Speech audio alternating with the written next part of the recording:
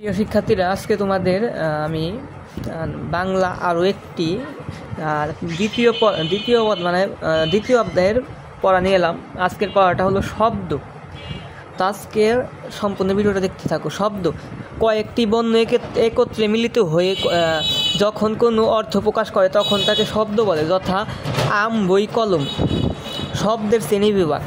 বর্তমানে বাংলা ভাষায় ব্যবহৃত শব্দসমূহকে 5 ভাগে ভাগ করা হয়, যথা তত্সম শব্দ, অর্থ তত্সম শব্দ, তদ্ভুত শব্দ, দেশি শব্দ, বিদেশি শব্দ। তত্সম শব্দ যেসব সংস্কৃত শব্দ অবিকলভাবে বাংলা ভাষায় ব্যবহার হয়ে আসছে এগুলোকে তত্সম শব্দ বলে, যথা ছন্দ, ধর্ম, মন্দির ইত্যাদি।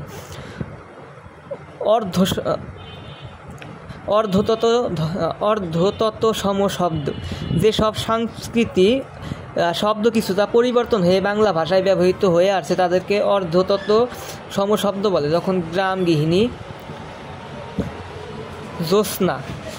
তদ্ভুত শব্দ যে সকল শব্দ সংস্কৃত শব্দ প্রকৃত ভাষার মধ্য দিয়ে লোকমুখে পরিবর্তিত হয়ে বাংলা ভাষায় ব্যবহৃত হয়ে আসছে তাদেরকে তদ্ভুত শব্দ বলে, যথা সংস্কৃত ছন্দ, হস্ত কার্য, প্রকৃত ছন্দ, হস্ত কার্য, বাংলা চাঁদ, হাত, কাজ ইত্যাদি। 4. দেশি শব্দ। প্রাচীনকাল থেকে এ দেশের লোকমুখে সচরাচর যেসব শব্দ ব্যবহৃত হয় বাংলা ভাষার স্থান দখল করে নিয়েছে তাদের দেশি শব্দ বলে, যথা কুলা, মই, ঢেকি, ধুতি ইত্যাদি। বিদেশি শব্দ যেসব শব্দ বিদেশি ভাষা থেকে সরাসরি বাংলা ভাষায় ব্যবহৃত হয়ে আসছে তাদের বিদেশি শব্দ বলে, যথা আরবি শব্দ আল্লাহ, আজান, কিতাব, কাফির ইত্যাদি। ফার্সি শব্দ আসমান, জমিন, ফেরেশতা, বেহেশত।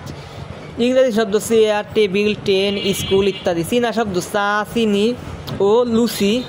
পর্তুগিজ শব্দ আচার, কফি ও বোতাম ইত্যাদি। বাক্য প্রকরণ। বাক্য এক বা একাধিক শব্দ মিলিত হয়ে যদি মনের পূর্ণভাব প্রকাশ করে তাকেই বাক্য বলা হয়, যথা আল্লাহ তাআলা আমাদের প্রভু, মুহাম্মদ সাল্লাল্লাহু আলাইহি সাল্লাম আমাদের নবী। বাক্যের অংশ ও উপাদান। বাক্যের 2টি অংশ আছে, এক উদ্দেশ্য, 2 বিধেয়। এক উদ্দেশ্য বাক্যের যার সম্বন্ধে যাকে উদ্দেশ্য করে কিছু বলা হয় তাকে উদ্দেশ্য বলে, যেমন মনির নামাজ আদায় করে, একে বাক্য মনির কি করে তা বোঝানো হয়েছে, সুতরাং এখানে মনিরের উদ্দেশ্য। তো প্রিয় শিক্ষার্থীরা, বাই বাই।